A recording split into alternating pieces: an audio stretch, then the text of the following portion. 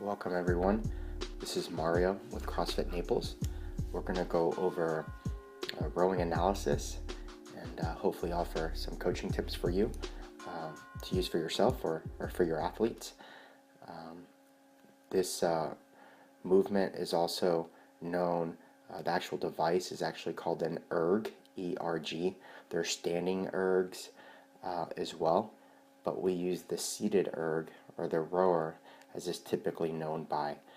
We love this movement because it has a great capacity to develop endurance, stamina, even some power and speed done at high burst, shorter duration. But we also like it because it's just not so aggressive on the joints like you might find with running or jump roping.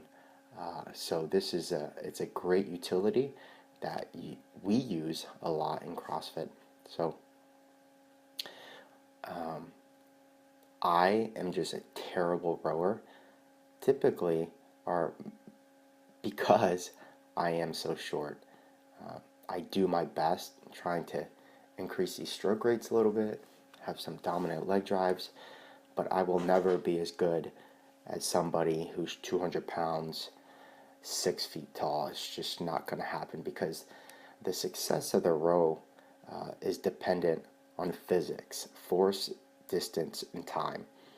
An individual who's much larger than me is going to have a propensity to pull on that handle and drive with their body weight much more aggressively than I ever could at 175 pounds.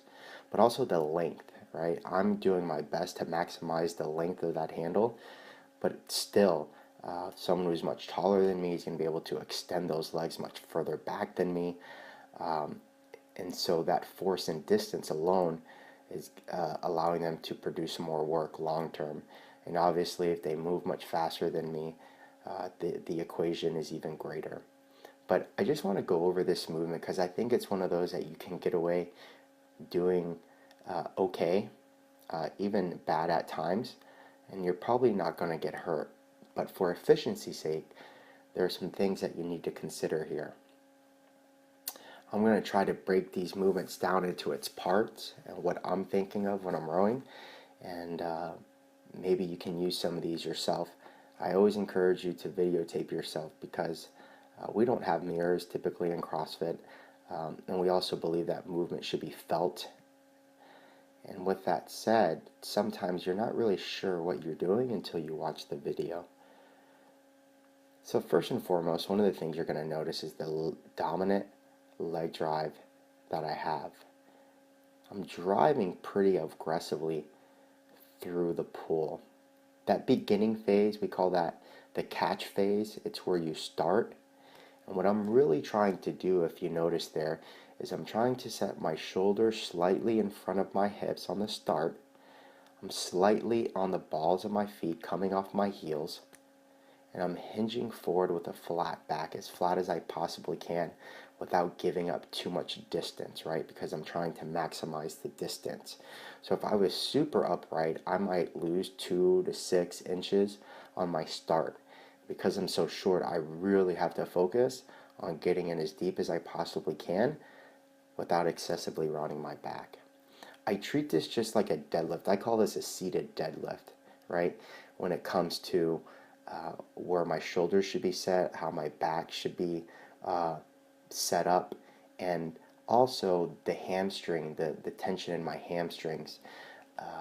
Novice rowers are notoriously bad for sliding that seat way too close to the point where they jar their ankles or their shoes. That's something you want to stay away from at all times. You want to keep a gap there, specifically to engage those hamstrings much better. If I were to use the illustration to get people to understand how dominant this leg drive is, it's anywhere between 80 to 90%. Everything else that you do from there is just a follow through of the force that you're producing through the legs. So the cue here that we teach beginners is very simple. Legs, hips, arms. I drive aggressively with my legs. I open those hips slightly, right? Immediately after that, I go straight into the pull. The hardest thing here when you're learning this movement is in making sure the athlete uses legs, hips, and arms in that order on the way back. We also believe that we want to put this movement in rewind on the way back. So from the moment it touches my chest, I'm going arms, hips, and legs. This has been an effective coaching tool for me to teach athletes the importance of distribution of power. From the start or the catch, we go legs, hips, arms, and on the reverse, we go arms, hips, legs. Now, all this stuff I'm teaching and showing is to reinforce one thing: trying to keep that handlebar in one straight line. In one straight line. Now, to dominantly press through my legs, I need to do a couple things. Number one is I want to reach on my toes to maximize length, but in the moment that I start to pull back or reverse the handle backwards towards my chest, you want to aggressively drive through those heels really hard, right? We know that most of our power in any type of squat is endorsed through a dominant heel drive. So that's what I'm looking to do. I drive those heels down, and you'll see as my heels make contact, I extend those legs really hard by squeezing the quads or locking the knees. Either of those work as a cue as well.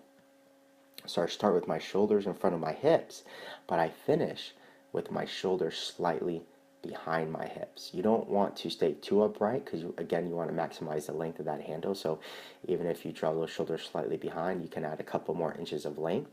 But you don't want to lay back so far you feel like you're compromising that upright, strong position. From the moment that the handlebar touches my chest and I bring it back, I am performing the recovery phase. We call this the recovery phase because that's exactly what it's endorsing.